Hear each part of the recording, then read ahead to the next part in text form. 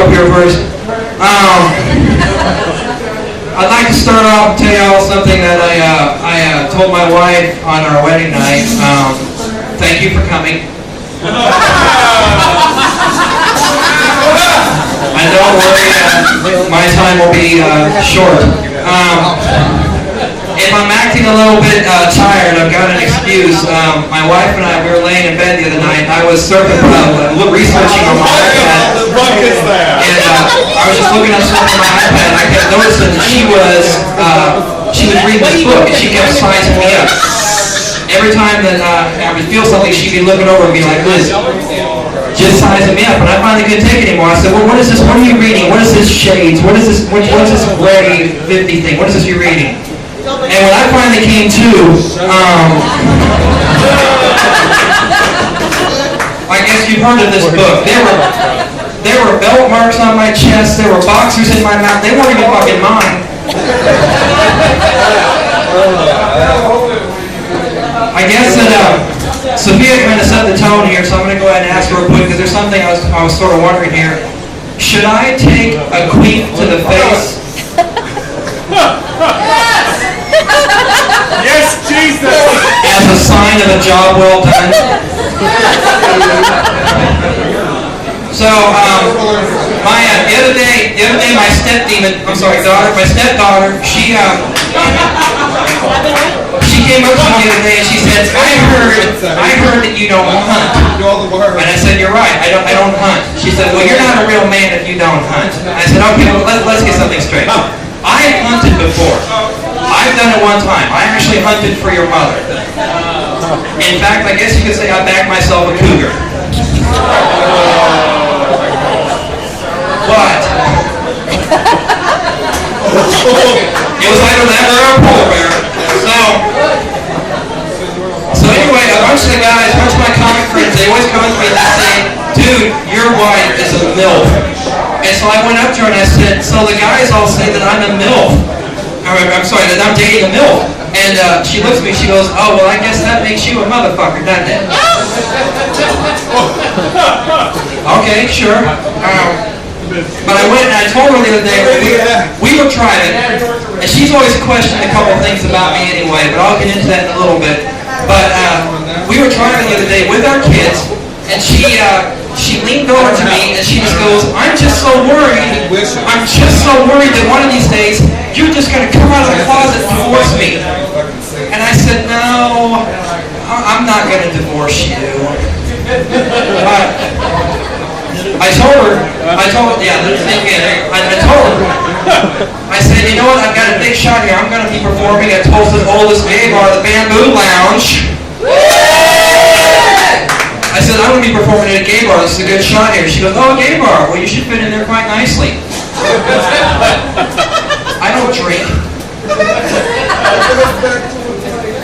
So, I grew up in Kansas. I had a very conservative mom. So conservative that when I told her, I said, well, I got a big shot this Friday night. I'm performing at a gay bar. First thing out of her mouth, she said, well, be careful. Okay. But this is the kind of mother who, when I was in church one time, and she's in the choir. She would sing in the choir, and I think she forgot she had her mic on because the pastor asked everybody to get quiet, and he said, let us pray. And then all of a sudden I hear, do you have to pee? Double contraction. And my mom forgot that she was mic'd. I believe that. Do you have to pee?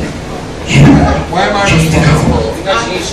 And make sure you put the seat up this time. And I was with my wife, so I don't know what that was all about. But I grew up in Kansas. And if you've never been to Kansas, you're okay. But I grew up I spent the last of my years in Kansas, in Topeka, Kansas. And you guys know what's great about Topeka, Kansas? Not a fucking thing. Seriously. Well, you know what it is in Topeka, Kansas? Westboro Baptist Church. Who knows about Westboro Baptist Church? Yeah, so big boom to them. These bitches right here, let me tell you about this. Because when you grow up in Kansas, you're either two things. You're either Christian or Democrat. And so So, I had my own confrontation with Westboro Baptist Church, and I had a great time with these motherfuckers. So, I'm walking down the street with a buddy of mine, and it's the 90s, so I had long hair and I had earrings. I know it's hard to tell because I've got the turtle wax. But, me and my buddy were walking down the street in Westboro Baptist Church with their signs. I don't know what they were picketing. They're picketing like life or something. And they came up to me, and they stopped us.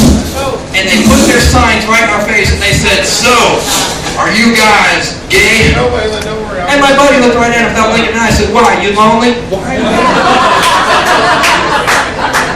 And then one of them looks right at me and he goes, "That must be some sort of fag." And I had a cigarette in my mouth and I said, "Well, I thought only the British called them that, but good for you in literacy. That's great, buddy." And then, then he said, "Ain't you ever read the Bible?" Which is awesome because I have read it multiple times. Remember, Christian or Democrat. And he said, "The Bible, according to the Bible, we have got to stop them gays from breeding and making more gays." And I'm like, "Sir, you obviously don't know how homosexuality works, do you?"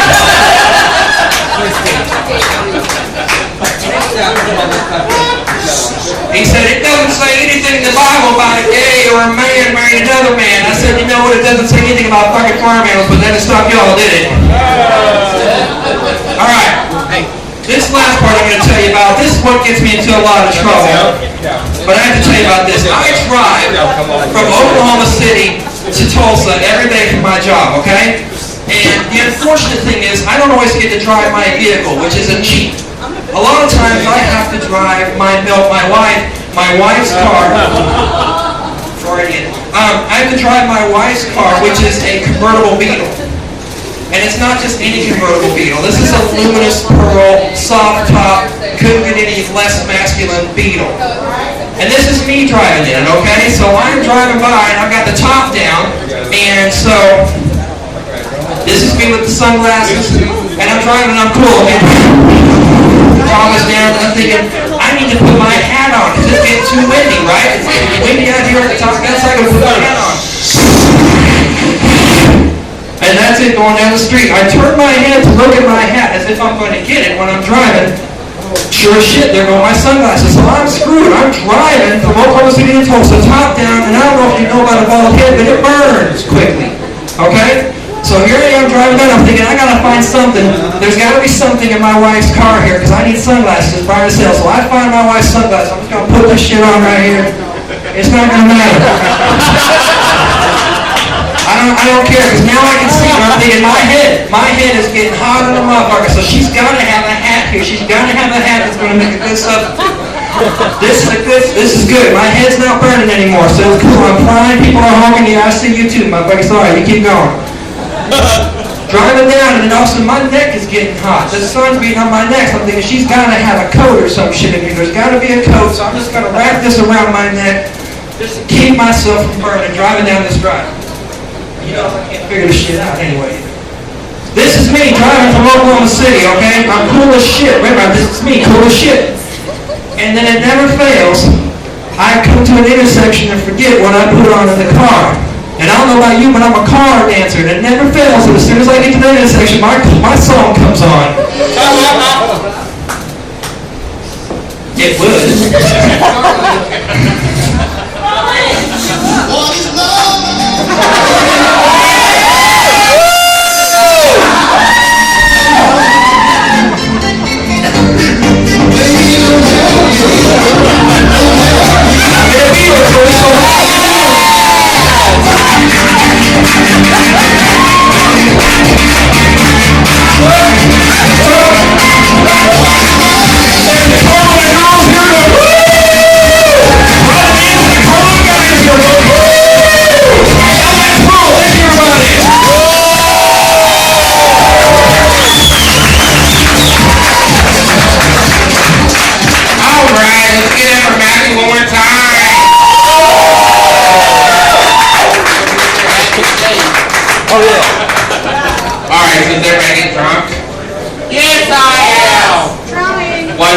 Really? You get the whole thing. Okay, 2 people, really? My story is 2 people. Woo!